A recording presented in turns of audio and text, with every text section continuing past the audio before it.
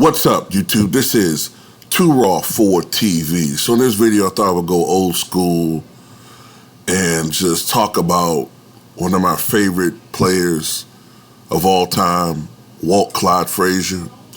Probably the most stylish player, the most fashion-savvy player we've ever seen in the NBA. And that's saying a lot because we've had a lot of, today and in the past, a lot of fashion-savvy guys. But this dude was just on another level when it came to, fashion and combining that with just being a cool-ass motherfucker, you know what I'm saying? But on the basketball court, it wasn't just flash. It wasn't just style. There was a lot of substance, a tremendous amount of substance when it came to Walt Frazier, to the point where I think he's become very underrated. Very underrated. It's funny because as a kid growing up and as a teenager growing up, Walt Frazier was solidly a top 10 point guard, historically. As a matter of fact, he was closer to top 5 than top 10 at that time. Now, I understand there have been players since him and, lists change and, rankings change, but I notice when I'm hearing people talk about point guards, I don't hear his name being brought up. And it's a damn shame because I don't know what you want. I don't know what you want in a point guard that he couldn't deliver. First of all, if you say, well, he wasn't a three-point shooter, well, except for the very last year that he played, if I'm not mistaken, there was no three-point line in the NBA. When he played, it was all about the mid-range game, mid-range, and occasionally like taking it to it was all about percentages back then, When I say percentages, I don't mean nerd analytics. I mean taking it to the cup, scoring in the paint, mid-range. All right? That's why I believe he shot, if I'm not mistaken, I think he shot somewhere around 48, 49% for his career, which is a very high percentage for a perimeter player. I think he was a decent foul shooter, shot somewhere between, 76, 78% from the line. If there was a three-point line today, I would guesstimate he'd be something around a 34, 35% three-point shooter.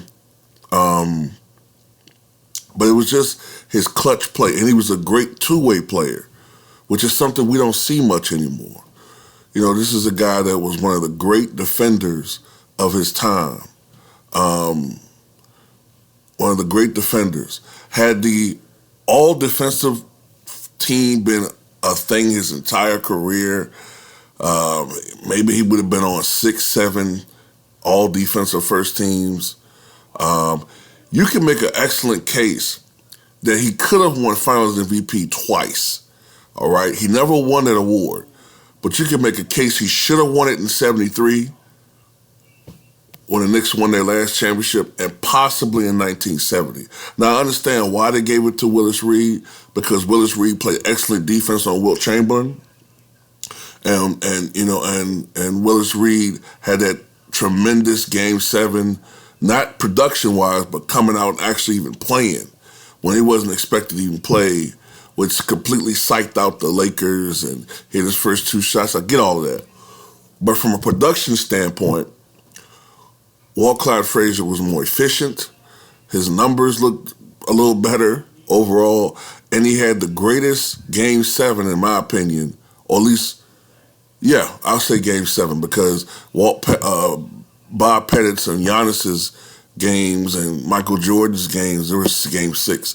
I think he had possibly the greatest Game 7 performance ever, Walt Frazier. 36 points, 7 rebounds. I think it was 12 or 17 from the floor, something like that. Perfect from the foul line. 12 or 12, 19 assists. I think even though they didn't count steals, those who watched the game said he had 7 steals in that game. All right, that they didn't officially count. That's another thing that hurts his legacy, is for a good chunk of his career, especially his prime, steals weren't counted.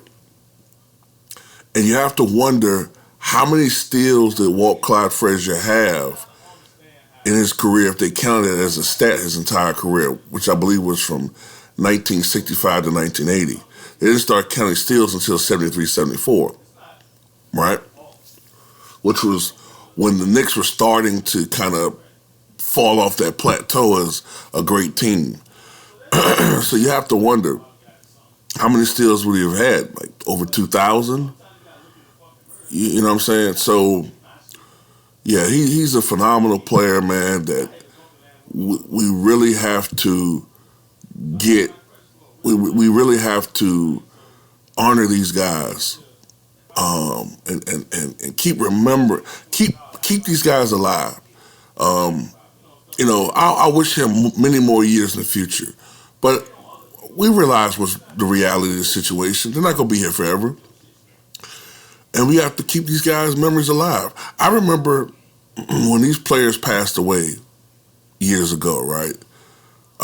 These great players. I remember when, what was his name?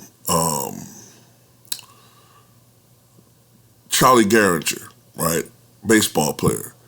He played with Ty Cobb, right? I remember when Charlie Gehringer died. They did a segment on ESPN about his life and career. Charlie Gehringer, back in January of 93. If a guy like Charlie Gehringer passed away today, all they would do is just run a little blip across the screen about he passed away and that's it. It doesn't matter if he was a Hall of Famer, none of that shit. You know what I'm saying? But anyway, tell me what you guys think.